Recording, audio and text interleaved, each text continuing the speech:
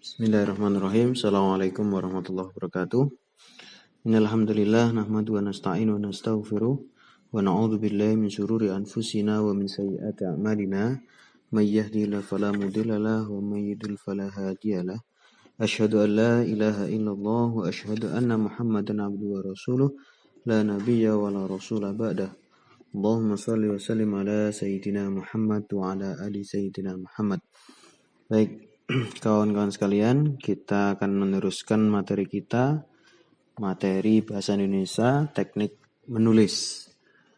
Nah, pertemuan pertama kemarin kita membahas bagaimana cara menulis kalimat dan paragraf yang baik dan benar. Nah, seperti kita ketahui bahwa di pembahasan selanjutnya yaitu mengenai model pengembangan paragraf. Model pengembangan paragraf ini kita klasifikasikan menjadi 5 bab.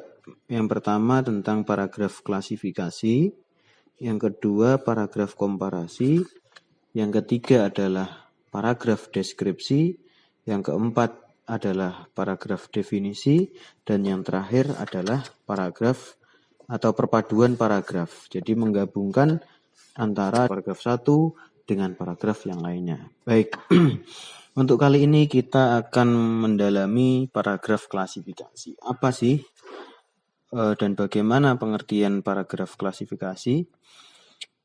Paragraf klasifikasi itu adalah paragraf yang memaparkan sebuah informasi dengan topik utamanya dikembangkan dengan cara mengelompokkan ke dalam beberapa kelompok berdasarkan ciri-ciri. Jadi paragraf ini itu adalah sifatnya informatif. Jadi seseorang yang ingin memaparkan sebuah informasi dengan topik utama. Dengan topik utamanya kemudian itu dapat dikembangkan dengan cara mengelompokkan ke beberapa kelompok. Makanya di sini ada ciri-ciri dari paragraf klasifikasi. Apa saja?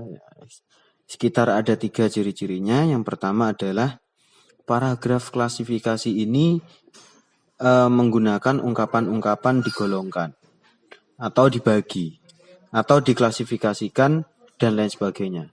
Jadi dapat diklasifikasikan. Kalau paragraf ini atau ide pokok itu tidak bisa diklasifikasikan, maka tidak bisa disebut sebagai paragraf klasifikasi. Kemudian ciri yang kedua adalah memiliki gaya penulisan yang bersifat informatif. Jadi harus informasi kalimatnya. Ya. Nanti akan saya beri contoh. Kemudian yang ketiga, ciri yang ketiga itu adalah berisi pengelompokan suatu hal menjadi 2 atau bahkan lebih. Ya, jadi langsung saya contohkan. Contohnya kita ingin membahas tentang paragraf mengenai apa saja moto pondok Gontor. Moto pondok ada 4, dikelompokkan menjadi 4. Disebut moto karena ada 4 unsur dapat dikelompokkan. Pertama adalah berbudi tinggi, berbadan sehat, berpengetahuan luas, berpikiran bebas. Nah, itulah ciri-ciri dari paragraf klasifikasi. Kemudian ada beberapa kesalahan-kesalahan dalam membuat paragraf klasifikasi. Tentunya sangat umum sekali. Satu, kita ketahui bahwa paragraf yang sehat dan baik itu memiliki 3 struktur bangunan yang harus kita pegang. Yang pertama itu pasti ada ide pokok ataupun topik sentence. Itu wajib. Atau isi dari mau yang dibahas apa. Kemudian yang kedua adalah ide penjelas atau pendukung. Maksudnya di sini penjelas adalah penjelasan dari ide pokok. Kemudian yang ketiga adalah kesimpulan. Nah, jikalau di antara ketiganya ini salah satu ataupun kedua atau bahkan ketiganya itu tidak ada dalam satu paragraf, maka tidak akan bisa dikatakan sebagai paragraf yang sehat dan benar. Ya, itu termasuk kesalahan-kesalahan dalam paragraf klasifikasi.